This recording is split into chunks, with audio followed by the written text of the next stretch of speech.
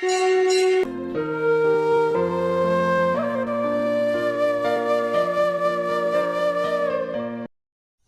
समय पहले की बात है।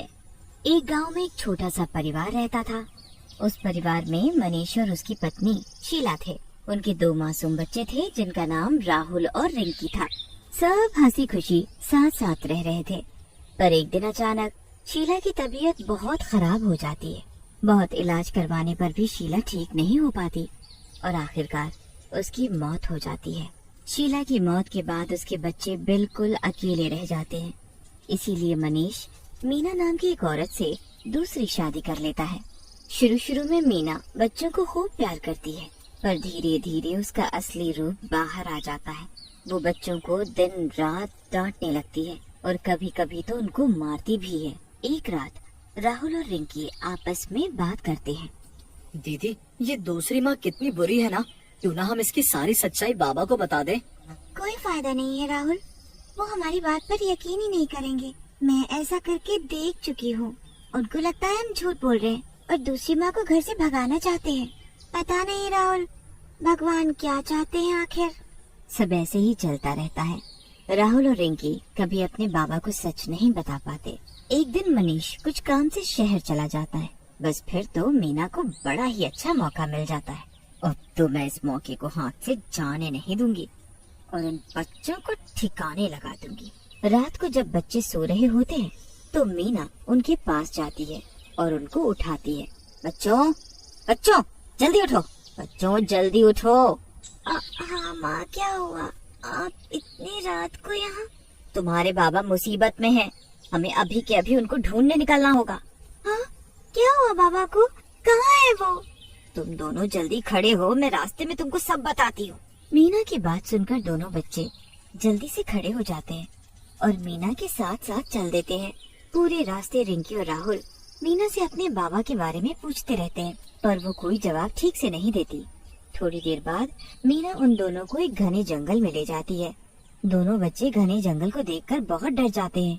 उन्हें कुछ समझ नहीं आ रहा होता कि आखिर क्या हो रहा है। कुछ देर बाद जब सब जंगल के बीचों बीच पहुँच जाते हैं तो मीना उनको एक पेड़ के नीचे बिठा देती है। तुम दोनों यहीं बैठो, मैं कुछ पानी वगैरह लेकर आती हूँ। माँ, आप हमें ऐसे यहाँ अकेले छोड़कर मत जाओ। अरे डरने वाली क्या बात है, मैं हूँ ना यहाँ, तुम डरो मत, मैं बस अभी आई। मीना पानी के बहाने वहाँ से निकल जाती है और वापस ही नहीं आती। काफी देर तक बच्चे उसी पेड़ के नीचे बैठकर अपनी माँ का इंतजार करते रहते हैं, पर वो नहीं आती। दोनों बच्चे बुरी तरह रोने लगते हैं।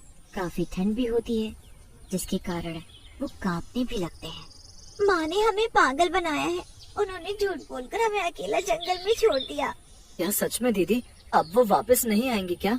नहीं, अब वो नहीं आएंगी, पर हमें डरना नहीं चाहिए। हमें बाहर निकलने का रास्ता ढूंढना होगा राहुल। राहुल और रिंकी बाहर निकलने का रास्ता ढूंढने लगते हैं, पर बाहर निकलने की जगह वो और अंदर चले जाते हैं।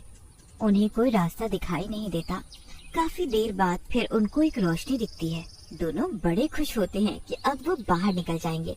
थोड़ा और आगे चलने पर उनको एक बांस का घर दिखाई देता है। देखो राहुल, वहाँ किसी का घर है। वहाँ जरूर कोई न कोई होगा जो हमारे बाहर निकालने में मदद कर सकता है। रिंकी और राहुल खुशी से भागते हुए उस बांस के घर के पास जाते हैं। वो दरवाजा खटखटाने ही लगते हैं कि दरवाजा अपने आप खुल जाता है। रिंकी और राहुल बाहर से आवाज देते हैं, पर अंदर से कोई जवाब ही नहीं आता। फिर वो धीरे से अंदर जाते हैं तो वहाँ का नजारा देखकर उनके होश उड़ जाते हैं। उस घर के अंदर बाहर से पिंजरे होते हैं जिसमें बच्चे कैद होते हैं। ये बच्चे पिंजरों में क्या कर रहे हैं? तुम दोनों कौन हो और यहाँ क्या कर रहे हो? जल्दी से कहीं छुप जाओ, वरना वो चुड़ैल तुम्हें भी यहाँ कैद कर देगी। ये एक चुड़ैल का घर है, वो बच्चों को पकड़कर यहाँ कैद करती है ताकि जब उसके पास पूरे 21 बच्चे हो जाए तो वो उनको बलि चढ़ाकर पूरी दुनिया की सबसे ताकतवर चुड़ैल बन सके। अभी वो बच्चों को पकड़ने ही गई है, बस आने वाली होगी, तुम जल्दी से छुप जाओ। अचानक तभी बाहर किसी के आने की आहट होती है। आ गई, वो आ गई, जल्दी छुप जाओ तुम दोनों। रिंकी और राहुल जल्दी से एक ड्रम के अंदर छुप जाते हैं। तभी उस बांस के घर का दरवाजा खुलता है और एक चुड़ैल छोटे से बच्चे को पकड़कर अंदर लेकर आती है। अब जल्दी से मेरे पास बच्चे पूरे हो जाएंगे और मैं उनकी बलि चढ़ाकर सबसे ताकतवर बन जाऊंगी। रिंकी और राहुल चुपके से ड्रम के अंदर से उस चुड़ैल को देख रहे होते हैं। उनकी दोस्त चुड़ैल को देखकर हालत खराब हो जाती है। ये कैसी गंध है? ये गंध तो पहले नहीं आ रही थी। ऐसा लग रहा है जैसे किसी नए बच्चे की गंध हो। नहीं नहीं, यहाँ तो बस हम सब ही हैं। यहाँ कौन नया बच्चा होगा? मेरी नाक धोखा नहीं खा सकती। मैं बच्चों की गंध मीलों दूर से पहचान सकती हूँ। यहाँ जरूर कोई बच्चे आए थे या शायद अभी भी है। सच बताओ, कौन था यहाँ? बताओ। नहीं नहीं नहीं, हम सच बोल रहे हैं। यहाँ तो कोई भी नहीं आया। आखिर इस घने जंगल में आएगा ही कौन? चुड़ैल उस नए बच्चे को भी एक पिंजरे में बंद करती है और फिर बाहर जाकर सो जाती है। उसके जाने के बाद रिंकी और राहुल ड्रम से बाहर निकल आते हैं। अब तुम दोनों जाओ यहाँ से, वरना वो तुम्हें भी पकड़ लेगी। नहीं, हम नहीं जाएंगे। हम तुम सब बच्चों को यहाँ से आजाद करके ही रहेंगे। पर ऐसा करना बहुत मुश्किल है। वो चुड़ैल तुम दोनों को भी मार डालेगी। कोई तो तरीका होगा पर इस चुड़ैल को खत्म करने का। तरीका तो है पर बहुत ही मुश्किल। बताओ तो मुझे, मैं कोशिश तो कर ही सकती हूँ ना। ये घर पूरा बांस का है ना, तो बस इसी में से एक बांस में इस चुड़ैल की जान बसी हुई है। अब वो बांस कौन सा है वो तुम कभी पता नहीं कर सकती। ओ, ये तो सच में बहुत मुश्किल काम है, पर मैं फिर भी कोशिश करूँगी। रिंकी चुपके से एक एक बांस को छू छू कर चेक करती है, पर उसे समझ ही नहीं आता कि आखिर कौन से बांस में उस चुड़ैल की जान है। सब बांस तो एक जैसे ही होते हैं। राहुल और रिंकी बहुत सोचते हैं, फिर उनको एक तरकीब सूझती है।